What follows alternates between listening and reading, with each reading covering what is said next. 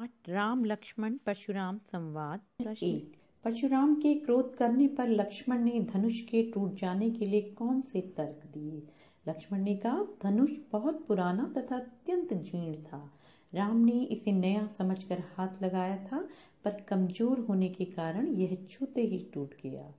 लक्ष्मण ने कहा, मेरी दृष्टि में सभी धनुष एक समान हैं। नंबर 4, ऐसे पुराने धनुष के टूटने पर लाभ हानि की चिंता करना व्यर्थ है। प्रश्न 2, परशुराम के क्रोध करने पर राम और लक्ष्मण की जो प्रतिक्रियाएं हुई, उनके आधार पर दोनों के स्वभाव की विशेषताएं अपने शब्दों में लिखिए। उत्तर है, परशुराम के क्रोध करने पर राम ने अत्यंत विनम्र शब्दों में धनुष तोड़ने वाला आपका कोई दास ही होगा कहकर परशुराम का क्रोध शांत करने एवं उन्हें सच्चाई से अवगत कराने का प्रयास किया। उनके मन में बड़ों के प्रति श्रद्धा एवं आदर भाव था।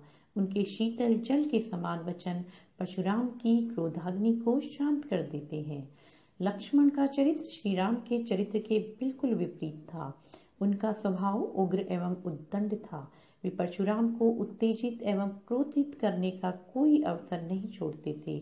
उनकी व्यंग्यात्मकता से परशुराम आहत होते हैं और उन्हें मारने के लिए उद्यत हो जाते हैं, जो सभा में उपस्थित लोगों को भी अनुचित लगता है।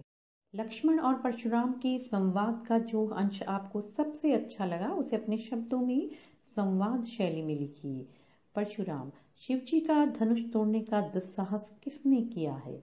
राम, हे नाथ, इस शिवजी के धनुष को तोड़ने वाला अवश्य ही आपका कोई दास ही होगा। परशुराम, सेवक वह होता है जो सेवा का कार्य करे, किंतु जो सेवक शत्रु के समान व्यवहार करे उससे तो लड़ना पड़ेगा। जिसने भी धनुष तोड़ा है वह मेरे लिए दुश्मन है और तुरंत सभा से बाहर चला जाए, अन्यथा यहाँ उपस्थित सभी राजा मारे जाएंगे। परशुराम ने अपने विषय में सभा में क्या क्या कहा, निम्न पद्यांश के आधार पर लिखिए। परशुराम ने अपने बारे में कहा कि मैं बचपन से ब्रह्मचर्य व्रत का पालन करता आया हूँ। मेरा स्वभाव अत्यंत क्रोधी है। मैं क्षत्रियों का विनाश करने वाला हूँ, यह सारा संसार जानता है। मैंने अपनी भुजाओं के बल पर पृथ्वी को अनेक बार जीतकर ब्राह्मणों को दे दिया। सहस्त्रबाहु की भुजाओं को काटने वाले इस फरसे के भय से गर्भवती स्त्रियों के गर्भ तक गिर जाते हैं। इसी फरसे से मैं तुम्हारा वध कर सकता हूँ। 5, लक्ष्मण ने वीर योद्धा की क्या क्या विशेषताएं बताई हैं? नंबर 1, वीर योद्धा स्वयं अपनी वीरता का बखान नहीं करते, अपितु दूसरे लोग उनकी वीरता का बखान करते हैं। नंबर 2, वे युद्ध भूमि में अपनी वीरता का परिचय साहस पूर्वक देते हैं। नंबर 3, वीर योद्धा शांत, विनम्र, क्षमाशील, धैर्यवान और बुद्धिमान होते हैं। नंबर 5, वे खुद पर अभिमान नहीं करते हैं। नंबर 6, वह दूसरों को आदर देते हैं। साहस और शक्ति के साथ विनम्रता हो तो बेहतर है। इस कथन पर अपने विचार लिखिए। उत्तर है, यह पूर्णतया सत्य है कि साहस और शक्ति के साथ विनम्रता का मेल हो तो सोने पर सुहागा होने जैसी स्थिति हो जाती है, अन्यथा विनम्रता के अभाव में व्यक्ति उद्दंड हो जाता है। वह अपनी शक्ति का दुरुपयोग करते हुए दूसरों का अहित करने लगता है। साहस और शक्ति के साथ विनम्रता का मेल श्री राम में है, जो स्वयं को दास शब्द से संबोधित करके प्रभावित करते हैं। वे अपनी विनम्रता के कारण परशुराम की क्रोधाग्नि को शीतल जल रूपी वचन के छींटे मारकर शांत कर दे। भाव स्पष्ट कीजिए। बिहसी लखनु बोले मृदुबानी, अहो मुनि सुमहाभट मानी। पुनि पुनि मोई दिखाओ कुठारू, चहत उड़ावन फूकी पहारू। इन पंक्तियों में लक्ष्मण ने अभिमान में चूर परशुराम के स्वभाव पर व्यंग किया है। लक्ष्मण मुस्कुराते हुए कहते हैं, आप मुझे बार बार इस फरसे को दिखाकर डरा रहे हैं। ऐसा लगता है मानो आप फूंक मार कर पहाड़ उड़ाना चाहते। यहाँ कुम्हड़ बतिया को नाही, जे तर्जनी देखी मरी जाही। देखी कुठारू सरासन बाना, मैं कछु कहा सहित अभिमाना। इन पंक्तियों में लक्ष्मण ने परशुराम के अभिमान को चूर करने के लिए अपनी वीरता को बताया है। वे कहते हैं, हम कुमड़े के कच्चे फल नहीं हैं जो तर्जनी के दिखाने से मुरझा जाता है, यानी वे कमजोर नहीं हैं जो धमकी से भयभीत हो जाएं। वह यह बात उनके फरसे को देखकर बोल रहे हैं। उन्हें स्वयं पर विश्वास। गाधी सुनु का हृदय हसी, मुनि हरियरि सूज। अयमय खांड न उकमय, अजहु न बूझ अबूझ। ऐसा सुनकर विश्वामित्र मन ही मन हंसे और सोच रहे थे कि इन मुनि को सब कुछ मजाक लगता है। यह बालक फौलाद का बना हुआ और ये किसी अबोध की तरह से गन्ने का बना हुआ समझ रहे हैं।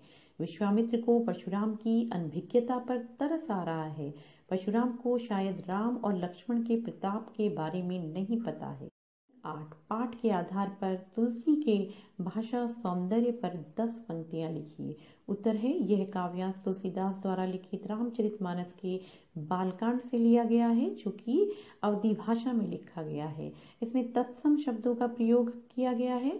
दोहा छंद और चौपाई छंद का अच्छा प्रयोग किया है। भाषा में लयबद्धता है। प्रचलित मुहावरे और लोकोक्तियों का प्रयोग है। वीर और रौद्र रस के साथ साथ कहीं कहीं शांत रस का भी उपयोग हुआ है। अनुप्रास, उपमा, रूपक, उत्प्रेक्षा व पुनरुक्ति प्रकाश अलंकार का प्रयोग है। व्यंग्यों का प्रयोग अनूठा है। प्रसंगानुकूल भाषा का प्रयोग किया। इस पूरे प्रसंग में व्यंग का अनूठा सौंदर्य है। उदाहरण के साथ स्पष्ट कीजिए। उत्तर है, तुलसीदास द्वारा रचित परशुराम लक्ष्मण संवाद मूल रूप से व्यंग्य काव्य है। उदाहरण के लिए, बहु धनुही तोरी लड़काई, कबहु न असिरीस कीनी गुसाई। लक्ष्मण परशुराम से कहते हैं, हमने बचपन में ऐसी कई धनुइयां तोड़ी हैं, परंतु तब आप हम पर इतने क्रोधित नहीं हुए। पितहि जनित सोच बस करसी महिष किशोर, गर्भन के अर्भग दलन परसु मोर अति घोर। परशुराम जी क्रोधित होकर लक्ष्मण से कहते हैं कि अरे राजा के बालक, तू अपने माता पिता के बारे में सोच। यह जो मेरा फरसा बहुत भयानक है, यह गर्भ में पल रहे बच्चों का भी नाश कर देता है। अपने मुख तुम आपनी करनी, बार अनेक भांति बहु बरनी। परशुराम द्वारा की जा रही खुद की बड़ाई को लक्ष्मण अपने मुंह मियाँ मिट्टू बनाना कहते हैं। मिले न कबहू सुभट रन गाड़े, द्विज देवता घर ही के बाड़े। लक्ष्मण कहते हैं कि आपका सामना कभी योद्धाओं से नहीं हुआ है, इसलिए आप घर के ही शेर। प्रश्न 10, निम्नलिखित पंक्तियों में प्रयुक्त अलंकार पहचान कर लिखिए। नंबर 1, बाल को बोली बधो नहीं तोही। इस पंक्ति में ब वर्ण का बार बार प्रयोग हुआ है, इसलिए यह अनुप्रास अलंकार है। नंबर 2, कोटि कुलिस सम बचन तुम्हारा। इस पंक्ति में क वर्ण का प्रयोग हुआ है, इसलिए यह अनुप्रास अलंकार है। परशुराम के वचनों की वज्र से तुलना की गई है, इसलिए यहाँ पर उपमा अलंकार का भी प्रयोग हुआ। नंबर 3, तुम तो कालु हाक जनुलावा, बार बार मोहि लागी बुलावा। कालु हाक जनुलावा में उत्प्रेक्षा अलंकार का प्रयोग हुआ है। बार बार में पुनरुक्ति अलंकार का प्रयोग हुआ है। नंबर 4, लखन उतर आहुति सरिस, भृगुवर कोपु कृसानु, बढ़त देखी जल सम बचन, बोले रघुकुल भानु। आहुति सरिस और जल सम में उपमा अलंकार का प्रयोग हुआ है। रघुकुल भानु में रूपक अलंकार का प्रयोग हुआ है।